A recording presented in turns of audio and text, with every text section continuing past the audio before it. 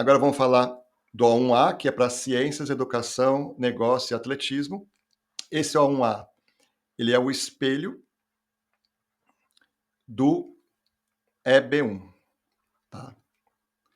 O EB1 leva ao Green Card, ok? E é uma self-petition, não tem que ter empregador, tá? Esse aqui leva a um visto de trabalho, vamos dizer assim, né? E tem que ter um empregador ou um agente, tá? Aqui vai ser muito comum um empregador, mais do que na área artística que vai ter mais agente, mas pode ter agente aqui também, tá? Então, ciências, várias profissões que você possa imaginar, vai encaixar em ciências, educação, business, negócios, atletismo, é muito grande o O1A, tá? Para qualificar-se para o visto O1A, o peticionário deve provar que o beneficiário possui habilidade extraordinária em ciências, educação, negócio, atletismo, blá blá blá, já sabemos, aclamação nacional. Tem que provar que teve conquistas reconhecidas, apoiadas por documentação extensiva, e que ele vai vir para os Estados Unidos e trabalhará no campo, né, da habilidade extraordinária dele aqui. Obviamente, pode ser em outras ocupações, mas desde que envolvam conjuntos compartilhados de habilidades, conhecimento e expertise dele, né, ou dela, tá? Ok. Aqui nós temos duas possibilidades também de conseguir o A1A, tá? A opção 1, igualzinho a gente viu lá no artista, né? A opção 1 é uma pessoa que tem um prêmio internacional de grande prestígio, tá? Um prêmio Nobel, uma medalha olímpica, né? Que tem aqui o atletismo, né? Tá? Prêmio Nobel aqui nessa área de ciências, por exemplo, tá? Se tiver um prêmio dessa natureza aqui, prêmio de grande prestígio é um conceito jurídico, tem outras coisas que podem entrar, só estou dando um exemplo assim, só para ficar mais fácil, né, que são coisas mais fortes, são prêmios assim que, pá, tem ele, resolveu, né, medalha olímpica, pronto, resolveu, né. Mas, na maior parte dos casos, a gente vai ter que trabalhar mesmo com a opção 2, está tudo certo, né, basta você trazer evidências que atendam a pelo menos 3 dos 8 critérios regulamentares. Lá no arte era 3 de 6, aqui é 3 de 8. Tem 8 chances aqui para você atingir esses 3, né? Então, por exemplo, vamos pensar que você tem um prêmio nacional, não serviria aqui porque tem que ser internacional. Você tem vários artigos citados, você tem alta remuneração. Opa, ganhou 3, 1, 2, 3. São esses 3 aqui estão dentro dos 8, você conseguiu, tá? Só que ao final também tem aquela análise holística, cumpriu os 3 requisitos, deixa eu ver agora holisticamente se a pessoa realmente ela está no topo da área dela, ela tem uma muito diferenciada, né? Tem uma habilidade extraordinária. Vamos trabalhar então com aquela ideia de eu tenho que ter 3 critérios de um total de 8 possibilidades, 8 critérios. Se eu conseguir 3, ótimo, aí é só fazer a análise holística. Eu vou recomendar que você assista a aula do EB1, tá? Para você ter mais profundidade em relação a isso. Vou falar bastante coisa aqui, mas lá eu falei com muito mais profundidade, porque é praticamente a mesma coisa, tá? Lá vai ser 3 de 10, mas na verdade tem 2 itens lá, que é da área artística, então os 8 mais 2 lá, esses 8 são igual a esses 8 aqui, tá? Então, assim, é praticamente a mesma coisa, só tem uma diferença que eu quero te dizer. O sarrafo é mais embaixo, tá? Para provar um prêmio que te leve, prêmio nacional, né? Porque aqui pode ser prêmio nacional, o primeiro critério é prêmio nacional, tá? É muito mais tranquilo do que aqui no A1 de provar que um prêmio nacional dá conta aí do critério, do que no EB1, tá? Até vou ver outro aqui, ó. Uma associação, tá? Você tem que fazer parte de uma associação para ganhar esse critério aí, mas tem que ser uma associação que tem uma barreira de entrada. Porque tem associações, gente, que a gente vai lá na internet, paga a taxa anual lá e já está associado, não é verdade? Não vale, tá? Nem para o A1, nem para o EB1, viu? Por favor, não vale. Pagar sua taxa já está associado e dizer que isso é um critério, tá bom demais, né? Não pode. Mas, quando você fala em EB1, eles querem ver se é uma associação assim exclusiva ao extremo, uma barreira de entrada violenta para você conseguir entrar aqui. Quando é A1, não. O A1 tem uma barreira de entrada, tem que ter, não é só pagar, mas é mais leve. E por aí vai. O sarrafo é mais embaixo. Publicações sobre candidato. Gente, vai ter que ser publicação com muito prestígio, vai ser outra. Lá no EB1. Aqui não. Também. O sarrafo é mais baixo. Bota isso na cabeça, tá? Então, eu vou passar aqui esses critérios. Se você quiser aprofundar neles, aula do EB1, tá? Só lembrando que quando estiver assistindo a aula de EB1 nesse ponto, pensar que coisas mais leves conseguem ser aprovadas em cada critério que eu trabalho lá, tá? é mais porque lá eu aprofundo alguma terminologia que é útil, que está aqui também a terminologia, ainda que quem está avaliando o caso deixa passar mais fácil, né, cada um desses critérios aí. Então, 3 de 8, primeiro critério é se você tem um prêmio nacional ou internacional, mas pode ser nacional, né, que seja reconhecido, tá? Então, são prêmios nacionais ou internacionais reconhecidos ou concedidos pela excelência na área. Você é uma pessoa com excelência na área. Fatores considerados: os critérios de premiação e a importância daquela premiação no setor. Tá? Então, o advogado vai explicar: olha, essa premiação é super importante, é uma das premiações mais importantes na área tal. Né? Ela é concedida todo ano, tem um regulamento, tem lá os requisitos, né? Só tem 3 ganhadores, ou para cada divisão tem um ganhador só. Então é muito seletivo, né? Quanto mais seletivo, melhor. Tá? Se todo mundo está ganhando prêmio, não vai rolar. Tá?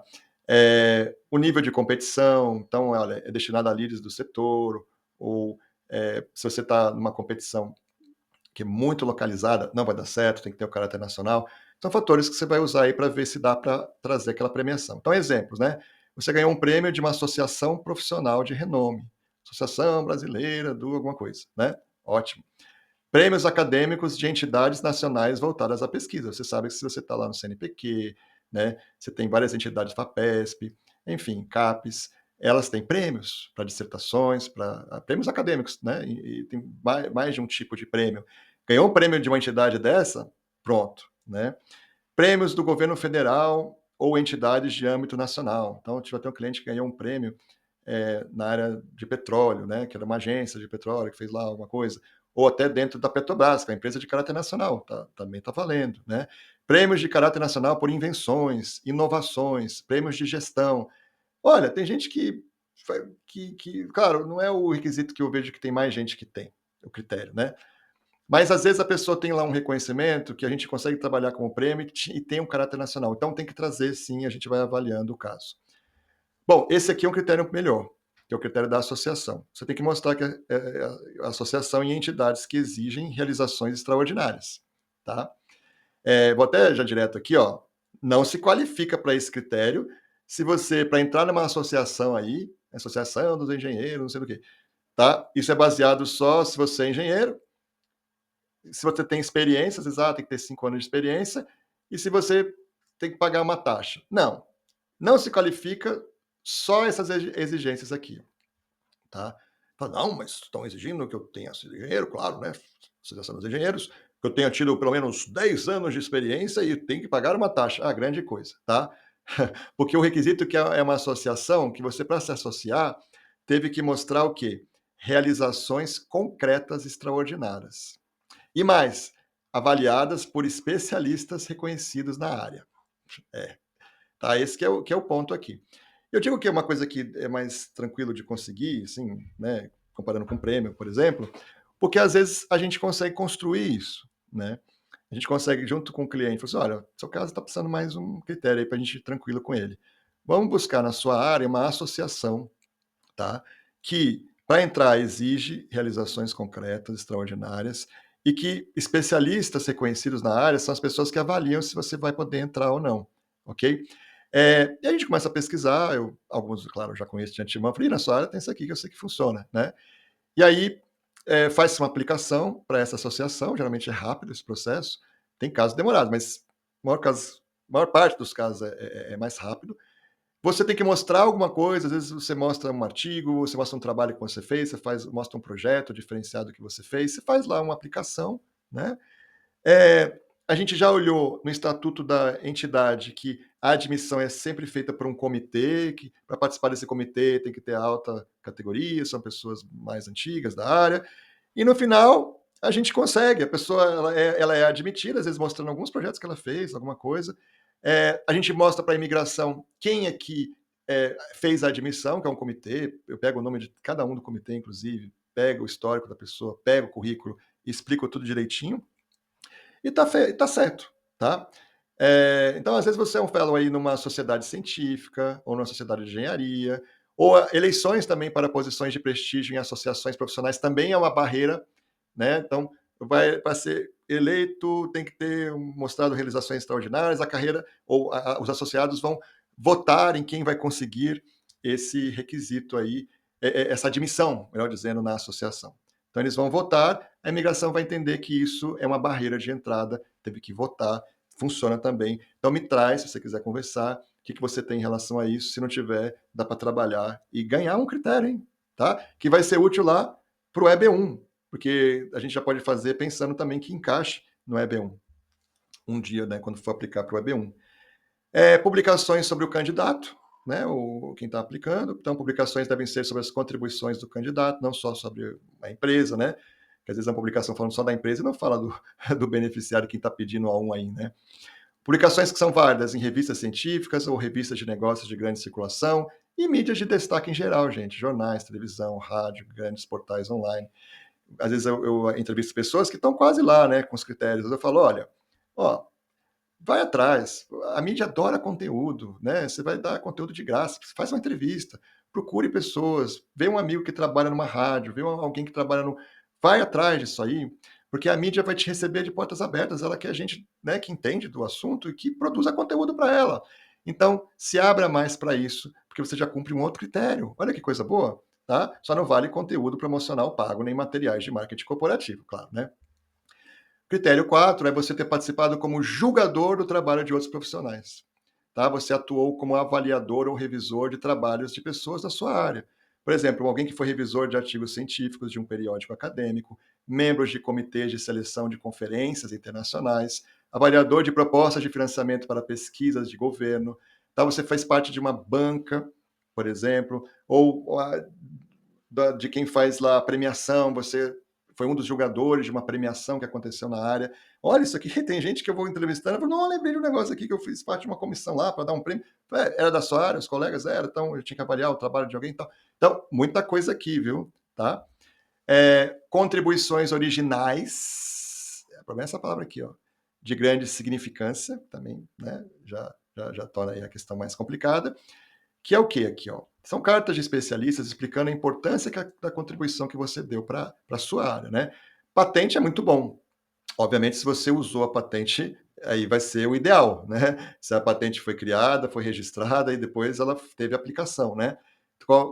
Coisas que você fez que teve impacto no seu setor, citações acadêmicas, muita citação acadêmica de coisa que você fez também vai ajudar bastante aqui, porque mostra que você está tendo contribuição, está todo mundo te citando, né? Uma técnica inovadora reconhecida na área, tecnologia patenteada utilizada na indústria, pesquisa acadêmica altamente citada. Contribuições originais é uma coisa que tem que conversar. A gente vai falar qual foi o melhor trabalho que você fez na sua vida. Mas a gente vai entender se isso aí dá para encaixar com contribuição original. Publicação de artigos acadêmicos.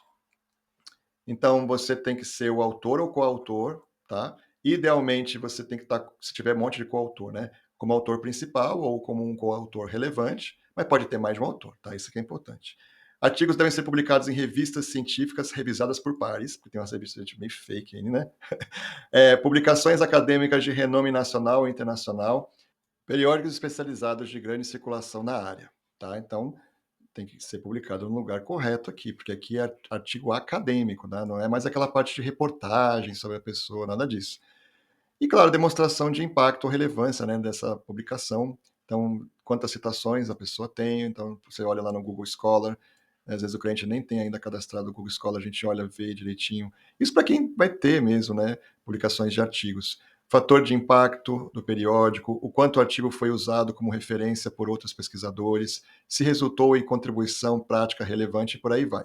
Aí você poderia me dizer, mas, gente, eu nunca fiz um artigo acadêmico. Se você fez, ok, você está bem aqui, mas eu nunca fiz um artigo acadêmico. Eu trabalho com programação, sabe? Ou com inteligência artificial. Eu trabalho na área de TI, ninguém fica fazendo artigo aí não. Aliás, na minha área, olha, até faculdade tem gente que não está fazendo mais não, está fazendo uns cursos aí específicos. Eu falei, olha, então vamos entender.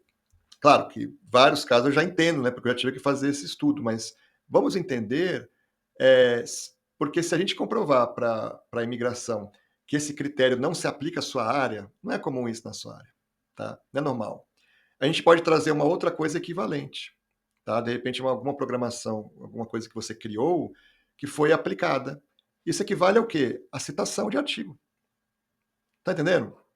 Então, assim, é normal eu pegar para pessoas que não tem nada a ver a área dela, que não tem essa coisa de ficar publicando artigo, eu pegar, outras coisas que ela fez e dizer: "Olha, esse critério aqui não é comum, não se aplica muito àquela profissão, porém eu tenho uma outra coisa que é um outro feito, né, que a pessoa fez que é equivalente". E pode, tá? Tem uma regulamentação específica para isso, porque senão é um critério perdido, que não se aplica na área, não é comum, tá? Então não se assuste quando você perceber que fala assim: "Isso tem nada a ver comigo, isso prêmio, que nada, que prêmio aqui, não tem prêmio na minha área aqui". Já viu uma área ficar premiando gente que trabalha com TI, tá? Então vai ser um reconhecimento que foi feito, vai ser a utilização de algo que você fez, tá? Então não fica assustado com esses critérios, não. Lembrando que O1 é muito mais tranquilo que o EB1, né?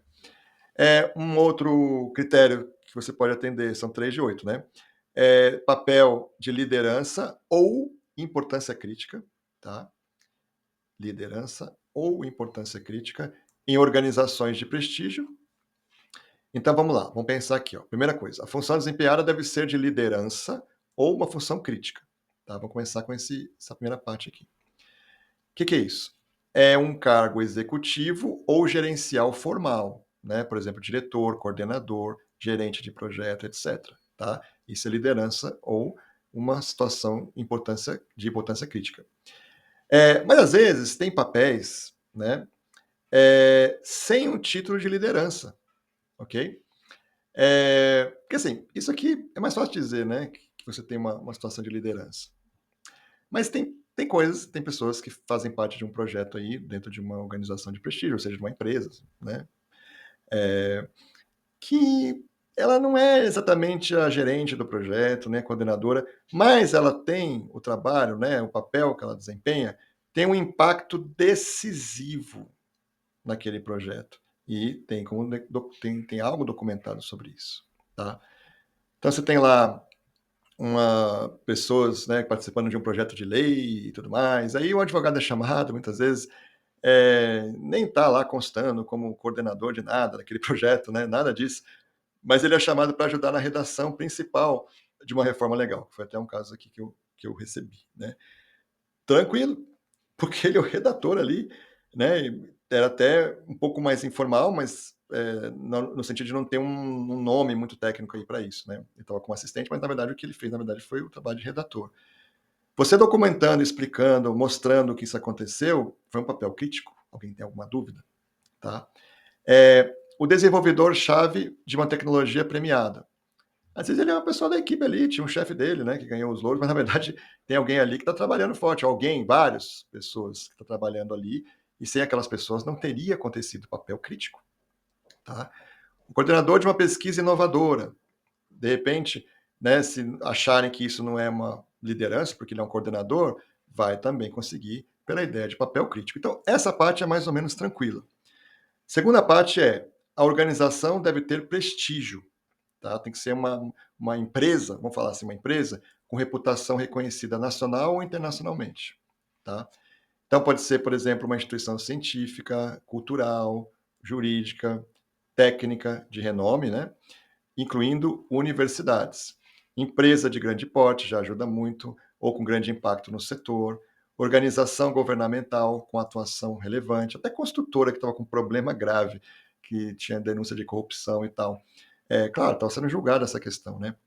Mas foi considerada pela imigração uma organização de prestígio. Por quê? Ela era uma das líderes do setor. E a pessoa trabalhou nessa construtora, e trabalhou como engenheiro civil, e trabalhou muito forte em projetos maravilhosos, com, né, um papel chave ali, né, naqueles projetos. E organização de prestígio. Então a gente mostrou, olha, essa é uma das líderes do setor, abrangência nacional, projetos internacionais, tem todas as certificações aqui, tinha todas, a construtora tinha todas as certificações. Como é que não é de prestígio? Entendeu? Então a gente consegue trabalhar também, tá? A gente não vai conseguir trabalhar se de repente a pessoa ela trabalhava numa loja, no shopping, né? Como é que eu vou dizer que essa é uma organização de prestígio, ainda que seja muito importante, né? O somatório de várias lojas é que constrói um shopping, por exemplo, né? Mas aí não vai encaixar exatamente aqui, né? Agora, se é uma rede de sapatarias reconhecidas e tudo mais, aí já mudou um pouco a conversa. Tá? Alguém que trabalhou uma função chave aí numa empresa dessa, já muda a conversa. e mostrar que a sua contribuição foi relevante, tá? Para o sucesso ou missão daquela organização. Então, mostrar relatório de desempenho seu, resultados alcançados, reconhecimento interno, avaliações, prêmios, reportagens, cartas de recomendação aqui vai ajudar muito. E critério 7, papel de liderança ou importância crítica, que é o que a gente está vendo ainda, né? Ó, só para lembrar. Eu coloquei aqui alguns exemplos e, como eu falo, no vídeo de EB1 eu dou mais, eu aprofundo mais esse tema, vale a pena dar uma olhada lá, tá? Nessa questão. Critério 8, alto salário ou remuneração no passado ou futuro. Ai, que bom, é o também aqui. Se eu ganhei bem uma vez na vida, isso vai fazer esse critério ser preenchido, tá? Então você vê, né? Ganhou bem uma vez na vida, vamos pensar que consigamos aí uma associação, né? Para trazer, né? Vamos até voltar aqui, ó. Aqui, ó, prêmio. Bom, isso aqui pode ser complicado, né? Associação, a gente consegue construir, certo? Se não tem ainda. Publicação também, tá? Abre a boca aí, vai atrás, que vão querer te ouvir, tá? Mas, claro, eu indico quais são as empresas, né, de mídia que realmente vão funcionar aí no seu entorno, né, onde você está. Bom, talvez aqui, depende do caso, né? Contribuição, talvez dê para trabalhar, alguma coisa diferente que foi feita. Publicação de artigo, bom, a gente pode trabalhar muito com aquele conceito de evidência coringa, trazer uma coisa equivalente que não é um artigo científico, mas que vai valer, a lei permite, tá? E, enfim, a gente tinha dois lá, né, que estavam bem tranquilo. E aí a gente tem um aqui que basta você ter ganho bem uma vez na vida, né? Bem mesmo, tá? Tem que ter, olha, aquela fase lá, realmente, a gente vai trazer essa informação, tá? Não é errado você consultar um advogado e o advogado dizer assim, olha, você ainda não está atendendo para você ser 1 a 1, mas você pode fazer outras coisas para um dia vir a atender, tá? Isso é adequado, se o cliente está querendo saber a chance, está querendo saber o que pode ser feito. A imigração não está preocupada se você vai construir isso. Ela vai perguntar, ela está preocupada em olhar que você tem os 3 critérios, depois ela vai fazer um olhar holístico para ver se você realmente é uma pessoa que está merecendo aquele visto, tá? Então é normal, é bem comum eu conversar, as pessoas vêm fazer consulta, eu falo, olha, ainda não está um caso legal, né? Mas tem um grande potencial. Vamos conversar um pouco mais para entender o que pode ser construído aí? Me fala mais. Aí a gente vai entendendo, a pessoa sabendo algumas coisas que ela tem que fazer, ela vai atrás. Isso que é muito bom. Esse requisito de salário é o seguinte: salário, vale honorário, vale cachê, vale bônus, o dinheiro que você está recebendo, tá? Ele tem que ser significativamente acima da média da sua área, ok? Eu vou ter que comprovar isso por relatórios salariais, tá? Tem da FIP aqui que é bem legal, tabela de sindicatos, conselhos profissionais, IBGE, DIESE, pesquisa de mercado, dados de concurso público, se você é funcionário público, né? Tem muito professor de universidade federal que nos contata e que a gente tem que trabalhar e a gente compara quanto que é o salário médio de professor universitário e aí quanto que é o salário dele, né? E sempre, em geral, dá certo com professores assim, de universidades públicas. A remuneração deve estar vinculada à sua atuação como especialista ou talento extraordinário, então outras rendas que você tem não vão entrar aqui, só a remuneração mesmo do seu trabalho, e praticamente todos os tipos de remuneração pode entrar, tá? Pode ser salário, pode ser bônus, como eu falei, cachê, honorários, bolsas competitivas. Olha, tem umas bolsas, por exemplo, de produtividade CNPq nível 1A, que ela já mata esse requisito aqui. Se você conseguir uma bolsa dessa, que é a que mais ganha lá, significa que você está significativamente acima da média de bolsas da sua área. Evidência comparável a gente já entendeu, né? Se eu não puder, se um daqueles critérios lá, pode ser mais de os 2 ou 3 daquele critério, não se aplica à sua profissão, traga uma evidência alternativa da sua habilidade extraordinária que demonstre um nível similar de expertise, tá? Sempre mantendo um alto padrão. Exemplos de uso de evidência comparável, né? Além dos que eu já tinha passado para vocês, por exemplo, um treinador olímpico. Ele não ganha medalha, né? Treinador olímpico. Mas ele pode dizer que as medalhas que os atletas que ele treinou é uma evidência comparável àquela área de prêmio. Lembra do prêmio? Tá? Pronto. Ok? O treinador não ganha medalha. Ou seja, ele não ganha o prêmio. Mas dizer que ele era treinador de alguém que ganhou o prêmio na época que ganhou o prêmio é uma evidência comparável de que ele tem habilidades extraordinárias. Empreendedor às vezes ele, sabe, ou investidor também, tem umas situações que você não consegue encaixar muito bem, mas se você prova, né, que ele está sempre, fazendo um alto investimento e está botando o capital dele em risco e dá certo os negócios, ele prova que tem sucesso. E aí você encaixa em algum daqueles itens dizendo: "Olha, para empreendedor nunca vai ter artigo científico", entendeu? Não tem empreendedor não vai fazendo, entendeu? Mas artigo científico citado por muita gente. Mas olha, ele foi até melhor, não, melhor não, cada caso é um caso, né, tudo é importante, mas ele investiu em tantas empresas e botou risco ali, e participou dos projetos, isso e aquilo, né. Então é uma evidência comparável, né. Porque entrar num risco desse, trabalhar nesse nível assim e conseguir sucesso é equiparável a você ter um artigo que tem muitas citações. Cada área é uma área, né. Profissionais inovadores, né, por exemplo, você tem uma startup, a sua startup valorizou muito, mas você não tem nem salário alto ainda, porque você não está nem recebendo salário, mas ela já é valorizada pelas propostas que estão fazendo para você. É uma alternativa àquele requisito do salário. Lembra que tem um salário muito alto? O cara não tem salário alto ainda, mas olha só quanto está valendo já a empresa dele. Entendeu? Tudo isso é útil. E ao final, como eu falei, vai ter que se fazer uma avaliação holística, né? Cumprir os 3 critérios. Agora eu vou ver se eu estou entendendo realmente que a pessoa ela merece. E geralmente cumprir os 3 vai ganhar.